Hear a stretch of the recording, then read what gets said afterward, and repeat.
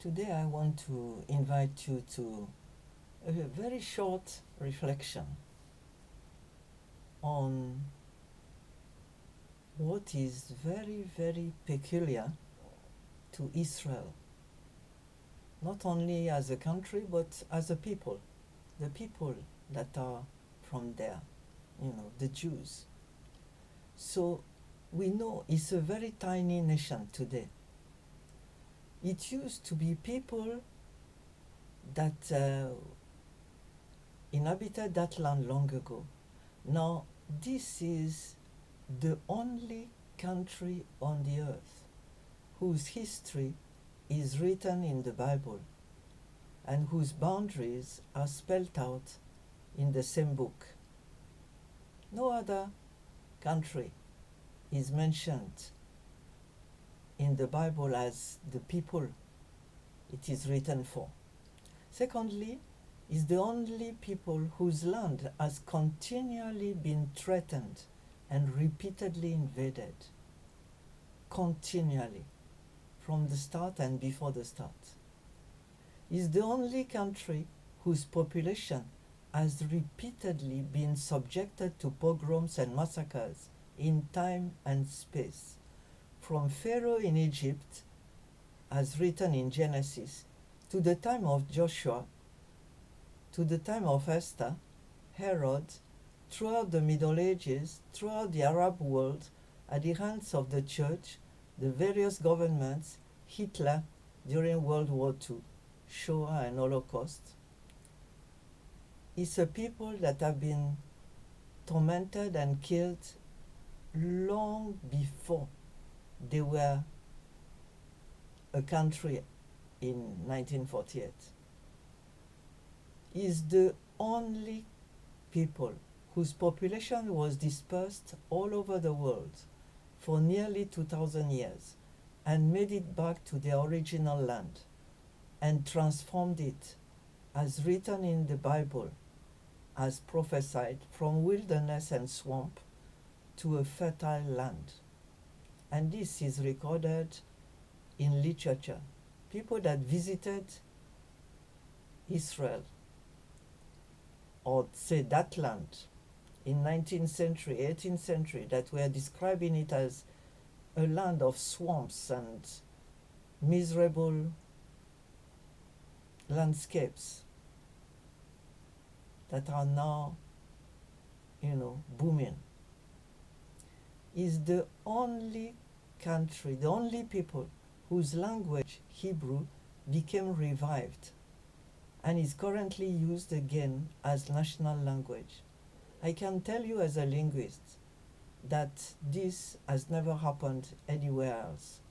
All the languages that are defunct will never be revived, but Hebrew was.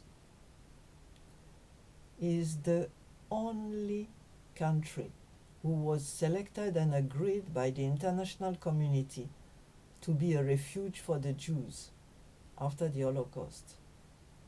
It has never happened to any other country. Is the only country and people whose borders are continually questioned and threatened verbally and militarily. There are people that have been invading other countries, but that was just a tiny fraction, like, for example, Putin invading Ukraine recently, or during the world wars, Germans trying to take over part of France, and then, Alsace-Lorraine went from one to the other and back.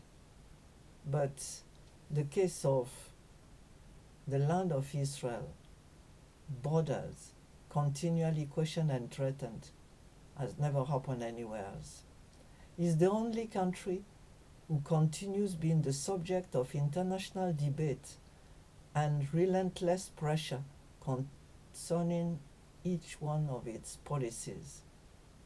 We don't see people questioning French politics. They may disagree or agree, but they will never barge into that country to say, well, I disagree that Paris is your capital, for example.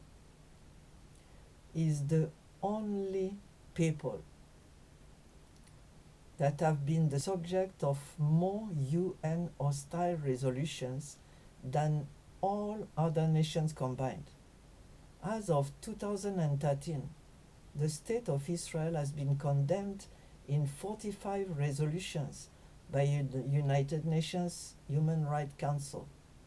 From 1967 to 89, the United Nations Security Council adopted 131 Security Council resolutions directly addressing the Arab-Israeli conflict. There is no other country that has been receiving that. It's the only people and country who have now been taking central stage in the news reports on international politics as the whole world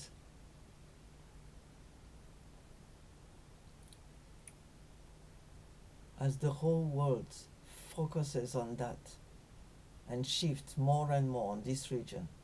Now, faced with all this, the question is why? And if you ask people, both internationally educated or not, you will find that they have never offered any human normal explanation. And somebody expressed it that way, that how can that this country, these people, the Jews have been, they have been trying to eliminate them. They crushed them, they fought them, they tormented them, they tortured them, they killed them. There were pogroms unnumbered everywhere. In Europe, in the Middle East, in Asia, everywhere. And yet, the more you try to kill them, the more they bounce back. Not only that, but look at Israel today. It's a country that has been a blessing. Nobody wants to talk about it, but the fact is that any earthquake, any tsunami that happens anywhere in the world, you find that Israel immediately volunteers within 24 hours. They are there to help. They came to many countries to help them. For example, in Nigeria, they rebuilt the University of Nigeria after the Biafran War. They rebuilt it partially and did lots. They have been everywhere, forefront to help. And people count on them. They are there in sciences, in technology, in engineering, in AI. Call it a thing, they are there. Why is it that they succeed?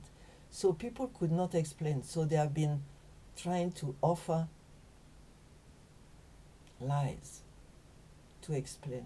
But the fact is that no explanation will ever